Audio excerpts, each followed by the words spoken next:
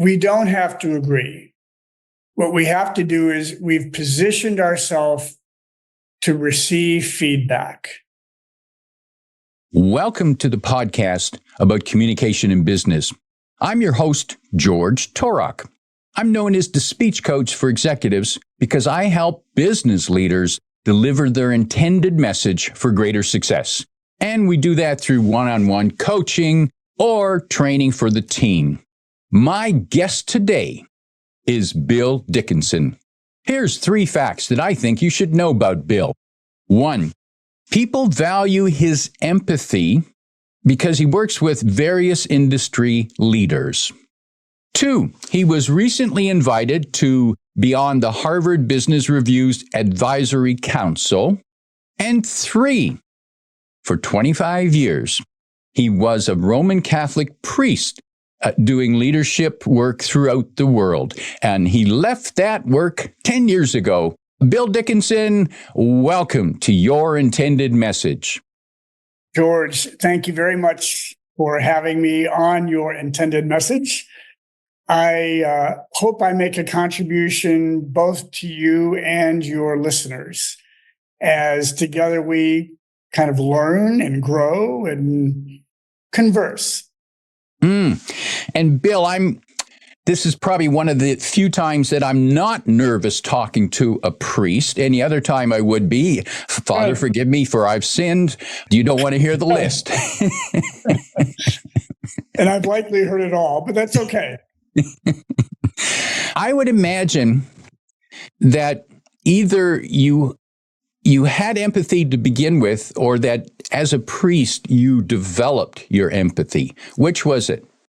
You know, I'd like to think it's both. So I think I had it certainly when I was ordained, as you're interacting with parishioners and people's lives, their brokenness, their joy, you learn to better understand them, kind of walk in their shoes. If they're grieving the death of a child of cancer, your heart bleeds with them. When you're celebrating a wedding and the family is joyous and the bride and groom are jumping out of their skin, you can't help but share in that joy. So I do think parish life ministry heightened my empathy with and for others, particularly those who are feeling disoriented, lost, belittled, forgotten.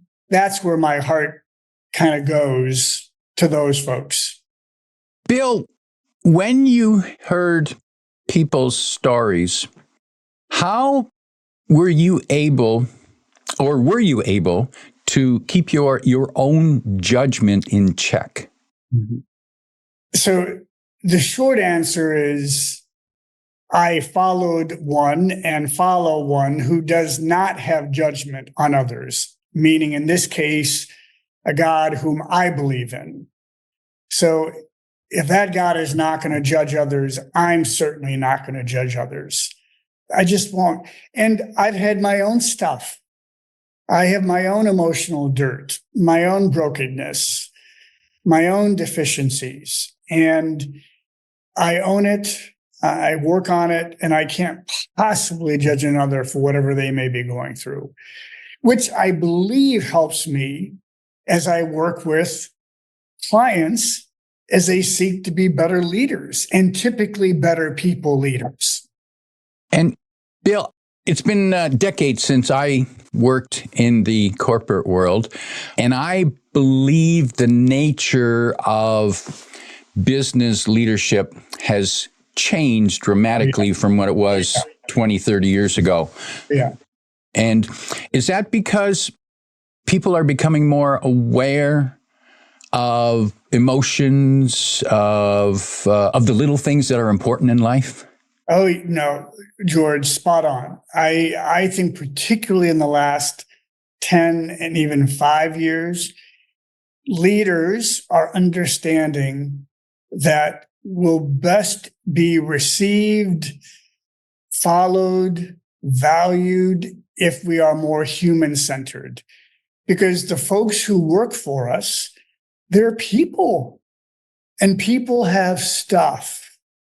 And though historically you were supposed to separate work life from personal life, you can't do that anymore. It's much too complex today. Things are moved too fast. Families are disoriented. Children need attention. So I would be wise as a leader, listening audience, the more that we are open to the emotions of our folks, we're willing to hang with them, have some empathy for them, make some space for them, they will appreciate us more. And bottom line, quite frankly, they're going to perform for us better. So relationships really do lead to results, but it's human-centered today. Empathy wasn't a word that we used. I don't even think I knew the word back in my corporate day. What do you find are some of the mistakes that people make with the concept of empathy? Yeah, I think some of the mistakes that leaders can make is they confuse empathy with sympathy. Okay. Not exclusively, but sympathy is simply feeling sorry for someone, where empathy is I'm not just sorry about what happened or your state or this moment, but I want to understand it. I want to support you through it. And those are two big differences. So, and empathy now gives us the space, the term to understand we can hang with our people in their feelings without creating dependency. Does that make sense? Dependency of them upon us for our understanding, or? Sometimes the employees that are really hurting, who are really struggling, can take advantage of their leader when the leader does demonstrate empathy. So the leader has to appreciate, I want to understand, I want to support you, but I'm also not going to make a lot of exceptions with and for you. I'm not going to become your counselor. There are still expectations professionally. It's really it's a line, and it's one that I think can be walked actually pretty well if we understand people hurt, yet we have work to do. And I'm going to support you, but I also need you to perform. I also need you to be honest or transparent. And that's why I kind of do what I do. I help leaders to better hang with their people, understand their people, then develop their people so they can thrive in their role, feel good about what they do. And yes, it absolutely supports the business outcomes and objectives, which I'm responsible for. And as a leader of a business team, the responsibility of the leader is to ensure that the team works well together, performs its functions, whatever that is within the organization, Yep. and get the most from the people that are there. It's not to be their confessor or counselor. No.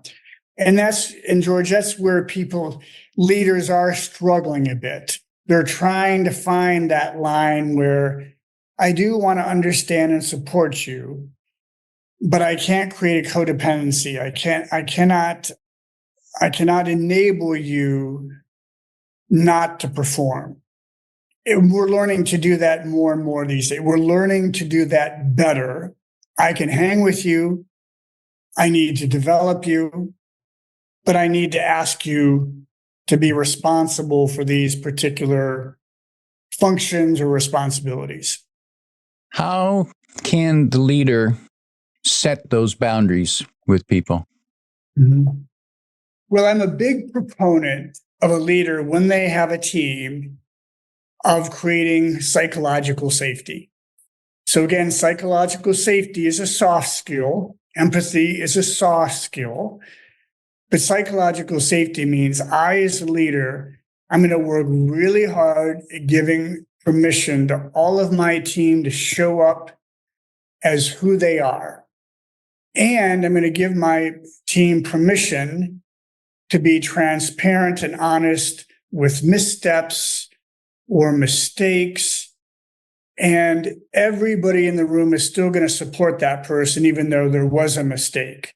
So we're not going to shame them. We're not going to belittle them. We're not going to compete with them.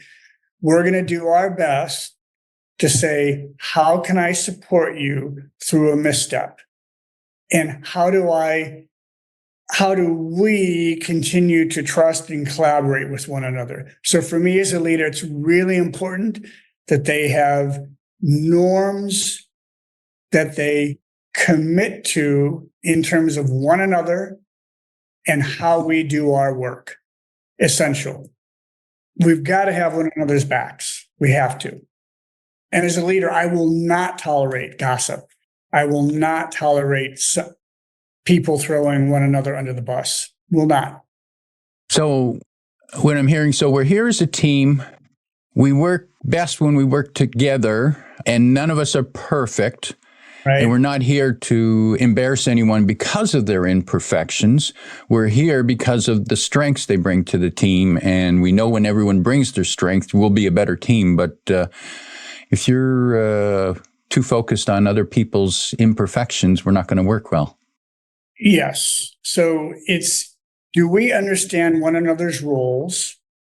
Do we understand what's expected of each other overall in terms of objectives or deliverables?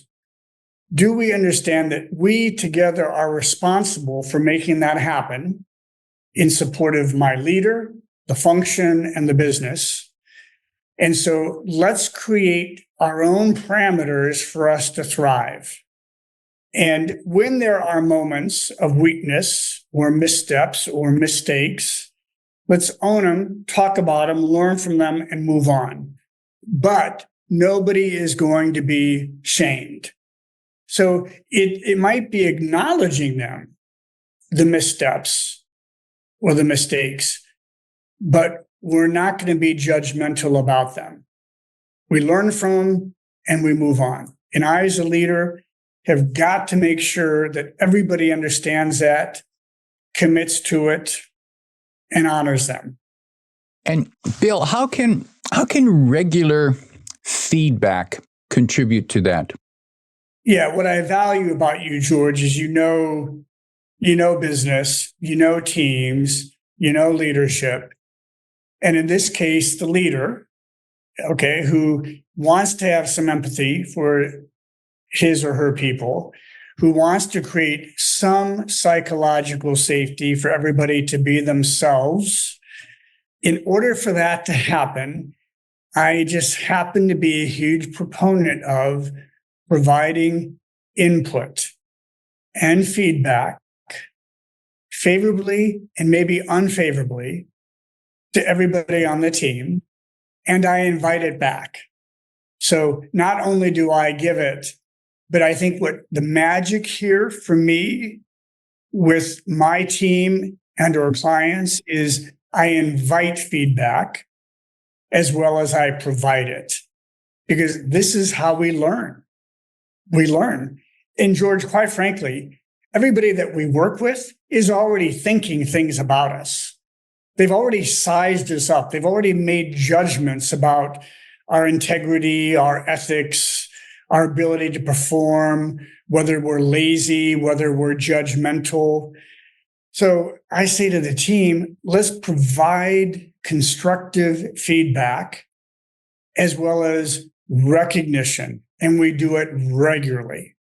If I may, George, one other comment on that. So like when I have one-on-ones with team members, the last agenda item is that my direct report provides to me a piece of feedback, something that I've done well over the past 2 weeks or something that I might need to do differently. And then I provide them a piece.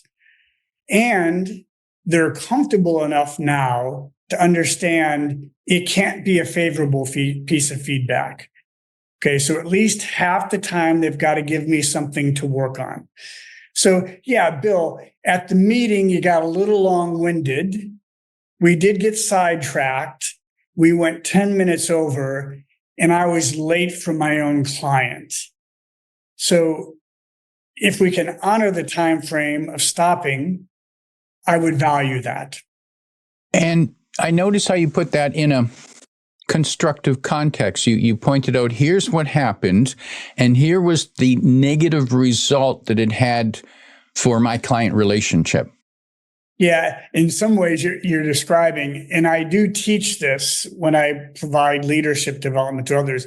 There's a model called the SBI model. What's the situation? What was the behavior I observed in the situation? And what was the impact of that behavior? So the situation is, George, you and I are having a thoughtful conversation on feedback in this podcast.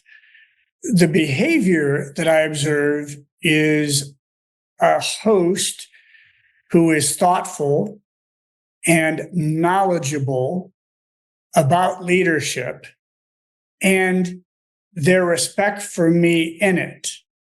So the impact that has on me is that I want to hang with you. I want to make you look good, and I want to contribute to the quality of this podcast. So your listeners walk away with some new learning. Positive direction. So when that works well, when a leader has that established, that relationship where they can ask their team for feedback, my question is, it's fine when it's working well, but how do you introduce that if you've never done it before and people are looking at, come on, what are you doing here? Are you trying to trick me into something? Yep. So, and it's the right question again, because I do leadership development. So I work with leaders on how to better develop their people, develop their team. What I will say to them is, you want to frame a change in your leadership style or behavior. I'm going to ask you to give me 90 days. And what I want to do is introduce to us the value of two-way feedback. And, feedback enables us to learn about who we are. We learn about one another's work, what's going well, what's not. We have the opportunity to recognize and support, but we also have the opportunity to say, you know what? At our team meeting 2 weeks ago, Rachel, when you raised your voice and said to Tim, you don't know what you're talking about, I do. That was not acceptable to me. And what that did is it shut down the quality of the meeting, and certainly Tim. So we need another way to reframe this so we all feel safer. So, George, to your point, for 90 days, I'm going to ask us to learn about feedback, to understand its place, a model that we're going to use. And before we even start for the next 3 weeks, I'm simply going to ask you for feedback. So all feedback is given to me so I can learn from it, model how to receive it, demonstrate that I'm responding to it. And after 3 weeks, let's do it with one another. But give me 90 days to make this comfortable and safe. So the leader goes first. The leader is the guinea pig. Yep. Literally for 3 weeks. I've done this before. And we commit to 90 days. And if by chance, after 90 days, if this does not feel right or safe, let's revisit it. But George, in my experience, it has always worked. Always. Bill, I want to clarify the timing. I'm not sure if I had heard you right. You mentioned 90 days and 3 weeks. Mm-hmm. Yeah, so thanks for the question. So I frame it up as team for 90 days.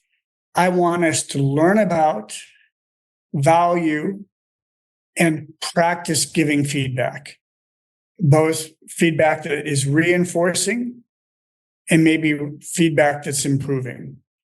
Now, for the first 3 weeks, I'm going to be the guinea pig.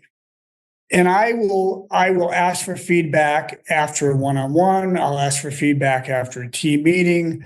I'll ask for feedback after a presentation. And I will ask you to be specific with it. So it's going to be favorable as well as something I can work on. So I'm the guinea pig for 3 weeks. Then we enter into it together. Got it. Okay. So the whole program's 90 days. The first 3 weeks, it's just give me.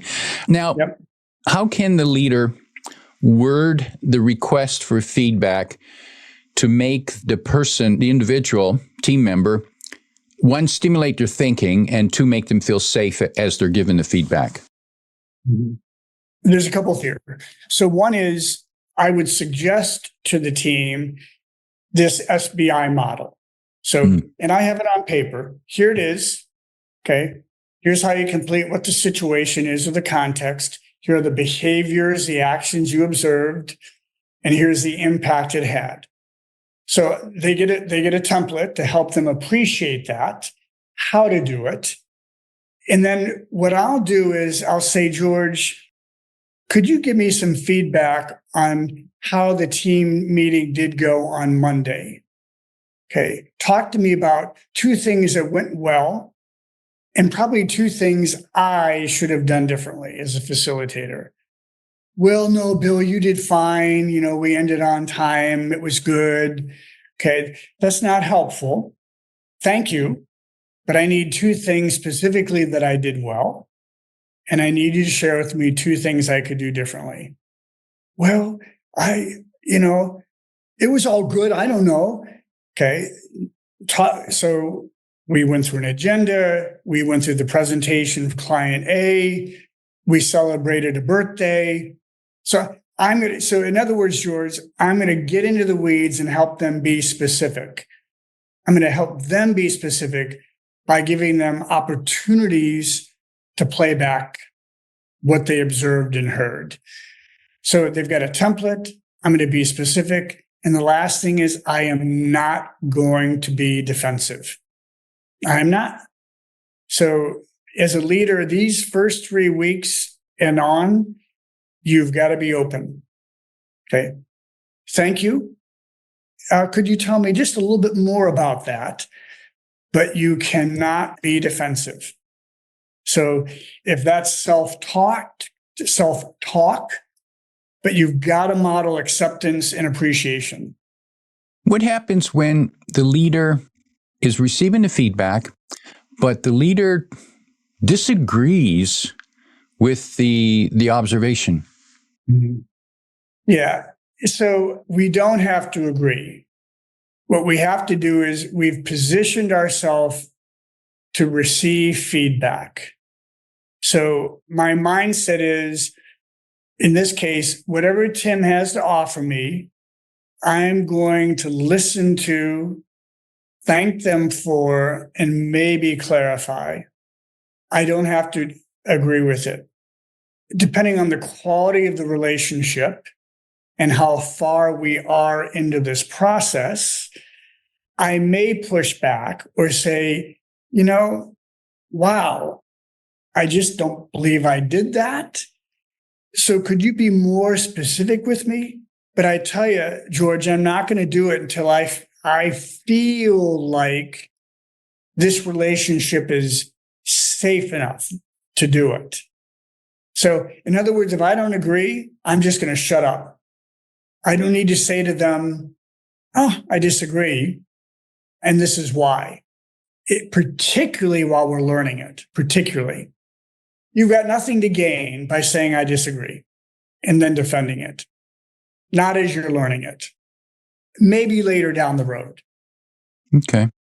And that leader, while they're receiving feedback, could they be also exploring to learn more about the individual's, how that person is feeling at this time? You're giving me feedback. You're giving me constructive feedback about where I need to improve. Can the leader say, how are you feeling about this right now? Can the leader explore their feelings? Sure. So, and again, that actually, as you all know, is going to be a form of empathy. So, Tim, I'll bet that was hard sharing that with me. Talk to me about that. How do you feel about that? Because again, I want you to feel comfortable as we continue to develop this feedback as normative. And there's going to be mistakes. There's going to be misspoken words. How do we get past that? Mm-hmm. Again, when you create psychological safety, one of the strategies, tactics that I use with teams is the team, including the leader, come up with four norms of behavior that they absolutely will not violate. Okay. Those norms are discussed, they're identified together, they're defined together, and they're owned together. So more likely than not, I can benchmark the tension or disagreement to a norm if I have them. Okay. Now, if I don't have the norms, so for a listener and you don't have norms, but you want to try 90 days of feedback, what I might suggest is during this 90-day period, what can we surface to give one another the benefit of the doubt? So if something comes out incorrectly or even poorly, we will not react or necessarily be hurt in a way that shuts us down. So what can we do to presume and facilitate goodwill, benign intent? So I'd want to have a conversation around that. So we're not highly reactive or defensive, because you're right. Something is going to come out poorly. It is. And we have to give one another the benefit of the doubt. Those norms, would it be rules like no direct attacks, no sarcasm, no yelling? Yep. No, I know I've worked with teams, so I can, if I'm going to remember some of the norms here that I've heard before, is we will not throw one another under the bus. Okay. We do not compete with each other, only ourselves. A norm is a curiosity. They define that as we will be open to new ideas, perspectives, or directions. A norm might be open-mindedness. A norm is going to be no one raises their voice. So it could be any norm as long as the team agrees to them. And Bill, as you're stating those, I'm thinking back to decades ago, and I'm thinking, gee, I wish we had rules like that back then. I would have enjoyed going to work more. It's not perfect. It's not perfect. And I know you know this because I wrote a book called Optimizing Self. And in the 7th chapter, I have a section on creating psychological safety, which speaks to the 4 norms. And I have a section on feedback. So if by chance a listener wanted some context and some tips, they would find it there. So I really mean that, I'm happy about the book, but I'm just there is a resource that can reinforce some of this if a listener would like that. And a reminder to listeners, the book is called Optimizing Self, a guided workbook to elevate your impact as a leader. And you can find that on Amazon, and you can find that link in the description below. Bill, as we prepare to wrap up, if preparing a leader to introduce the 90-day program to their team, what 1, 2, or 3 pieces of advice would you give that leader to help them launch this program successfully? Mm-hmm. One is be authentic in your desire to invite your team to two-way feedback. and manage and make a commitment in that authenticity, make a commitment to manage yourself or your own triggers. That's number one. The second one that I would recommend is that you do suggest the 90-day time frame as a respectful trial to facilitate transparency, empathy, and productivity. So we're in this together.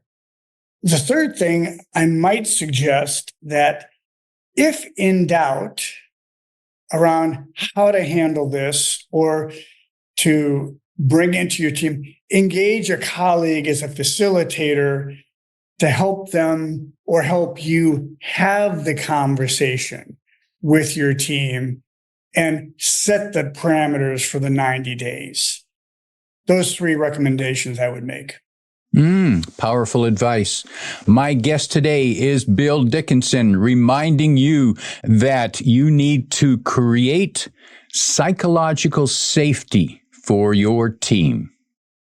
If you like what you heard, tell your friends and post your 5-star review on Apple Podcasts because that helps more listeners find us. Come back every week for more practical insights to help you deliver your intended message. I'm your host, George Torok.